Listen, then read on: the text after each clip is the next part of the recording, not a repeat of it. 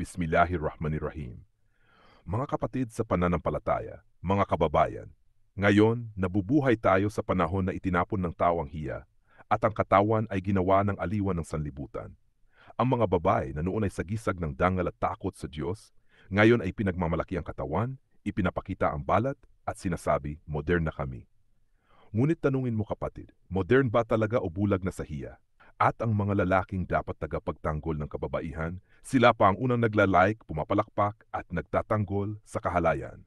Magapaalala mula sa Quran, kullil mu'minine, غضوا من أبصارهم ويحفظوا فروجهم ذلك أزكى لهم إن الله خبير بما يصنعون وكل المؤمنات يغضضن من أبصارهن ويحفظن فروجهن ولا يبدين زينتهن هن إلا ما ظهر منها.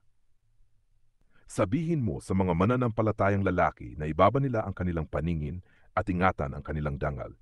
At sabihin mo sa mga mananampalatayang babae na ibaba rin nila ang kanilang paningin, ingatan ang kanilang dangal at huwag nilang ipakita ang kanilang kagandahan maliban sa dapat makita.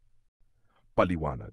Ito ang utos ni Allah na parehong lalaki at babae ay magbaba ng paningin at mag-ingat sa kahalayan. Ang hiya ay hindi kahinaan. Ito ay kalasag ng kaluluwa. Kapag nawala ang hiya, madali nang masira ang moralidad. Ya ayuhan nabi, kulli azwajika wa banatika wa nisa'il mu'minin, yudnina alayhinna min jalabibihin. ذلك أدنى أن يعرفن فلا يؤذين وكان الله غفورا رحيما. O propeta, sabihin mo sa iyong mga asawa, sa iyong mga anak na babae, at sa mga kababaihan ng mga mananampalataya na ibaba nila ang kanilang balabal upang sila ay makilala bilang marangal at hindi maabuso. Paliwanag, ang hijab ay hindi pahirap, kundi proteksyon at pagkakakilanlan ng babae bilang marangal. Ito ay dangal, hindi bilanggo. Ito ay karangalan, hindi kahinaan. Mga hadith ng propeta.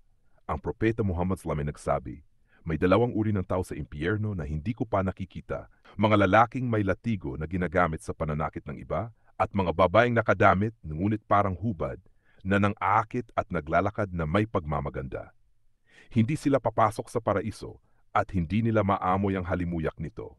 Paliwanag, nakadamit ngunit parang hubad, ibig sabihin ay may suwat-suwat ngunit manipis, masikip o sadyang dinisenyo pakita ang kurba ng katawan. Ito ay tanda ng huling panahon kung saan ang hiya ng pagyayabang sa laman. Sinabi rin ng Propeta Salam, kung wala ka ng hiya, gawin mo na ang gusto mo. Paliwanag, kapag ang hiya ay nawala sa puso, wala nang hangganan ng kasalanan. Ang hiya ay bahagi ng pananampalataya, at ang pananampalataya ay pintuan ng paraiso.